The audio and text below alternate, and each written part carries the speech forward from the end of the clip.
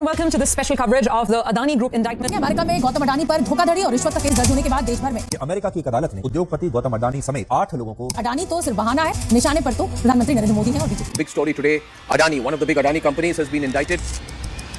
अडानी अडानी अडानी, हर तरफ सिर्फ अडानी का नाम। लेकिन सवाल ये है कि हमेशा अडानी ही क्यों? क्या अडानी ग्रुप कोई इजी टारगेट है या ये किसी बड़े कॉन्स्पिरेसी का हिस्सा है? आज हम बात करेंगे उस इकोसिस्टम की जो सिस्टमैटिकली अडानी को टारगेट कर रहा है।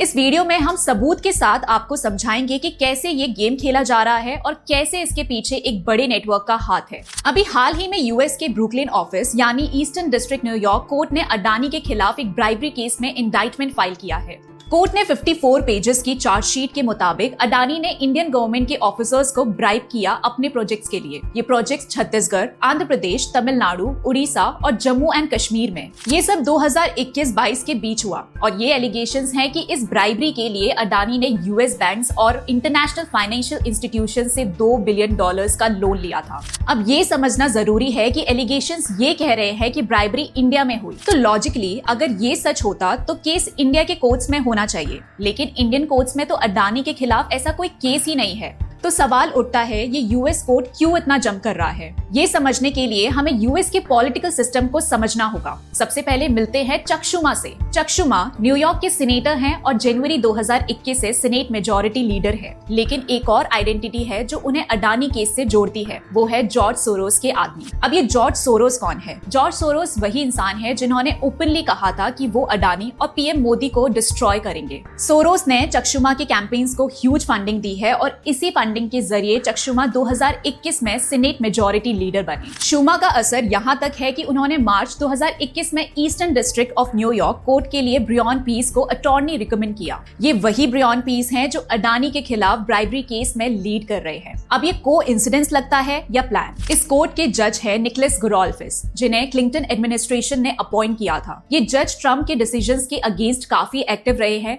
और ट्रम्प के सपोर्टर्स को ओपनली रेसिस्ट तक कह दिया। तो क्या ये पॉलिटिकल बायस का एक और एग्जाम्पल नहीं है? अब एक और इंटरेस्टिंग पॉइंट समझते हैं जो इस पूरी कहानी को और ज्यादा क्लियर करता है। गौतम अडानी ने 13 नवंबर को अपने एक्स अकाउंट पर एक पोस्ट किया था जिसमें उन्होंने डोनाल्ड ट्रंप को कंग्रेचुलेट करते हुए अमेरिका में $10 बिलियन इन्वेस्ट करने की बात की थी। ये इन्वेस्टमेंट अमेरिका में 15,000 जॉब्स क्रिएट करेगा जो ट्रंप गवर्नमेंट के लिए एक बड़ी अचीवमेंट होती। याद रखिए, ट्रंप ने अपने कैंपेन में जॉब्स देने का प्रॉमिस किया था और अडानी का ये स्टेप डायरेक्टली उस प्रॉमिस को स्ट्रेंथन करता। लेकिन बाइडेन गवर्नमेंट के लिए ये इन्वेस्टमेंट एक थ्रेट बन गया। ट्रम्प के प्रॉमिस को फुलफिल करना उनकी पॉलिटिक्स के लिए एक डिसएडवांटेज होता। तो अब समझिए, क्या ये पॉसिबल है कि बाइडेन एडमिनिस्ट्रेशन ने इस इन्वेस्टमेंट को रोकने के लिए ही अडानी को टारगेट करने का प्लान बनाया? हमारे यानी द क्रोनोलॉजी के थ्रेड के मुताबिक अटॉर्नी ब्रियन पीस, जिन्होंने अडानी के खिलाफ चार्जेस फ्रेम किए, उन्हें अक्टूबर 2021 में जो बाइडेन ने चक्शुमा के रिकमेंडेशन पर अपॉइंट किया था। और इसी केस के जज निकोलस ग्रोल्फिस काफी क्रिटिकल रहे हैं डोनाल्ड ट्रंप के खिलाफ। ग्रोल्फिस ने ट्रंप को ओपनली रेसिस्ट तक कहा है। सबसे बड़ी बात यह है कि बाइडेन और चक्शुमा